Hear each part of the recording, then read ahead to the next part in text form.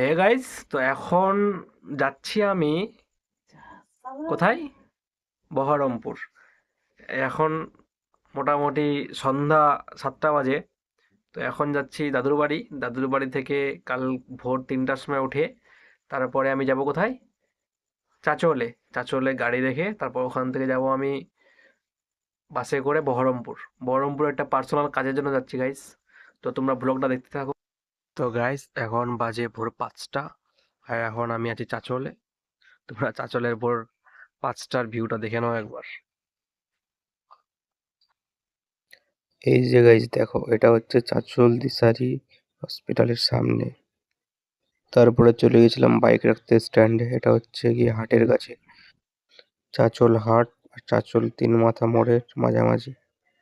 তারপর বাসে করে চলে গেছিলাম বহরমপুর। বহরমপুর থেকে টোটো ধরে তারপরে পাসপোর্ট অফিসে যাচ্ছিলাম। বাসে ঘুমিয়ে গেছিলাম, তাই ভিডিও দিনি। তো তারপরে ফাইনালি গেস আমরা পৌঁছে গেলাম বহরমপুরে। বহরমপুরে এখন এই হোটেলে আমরা খাওয়া দাওয়া করবো। এই যে এই হোটেলে আমরা খাওয়া দাওয়া, হোটেলটার নাম হচ্ছে তৃপ্তি হোটেল।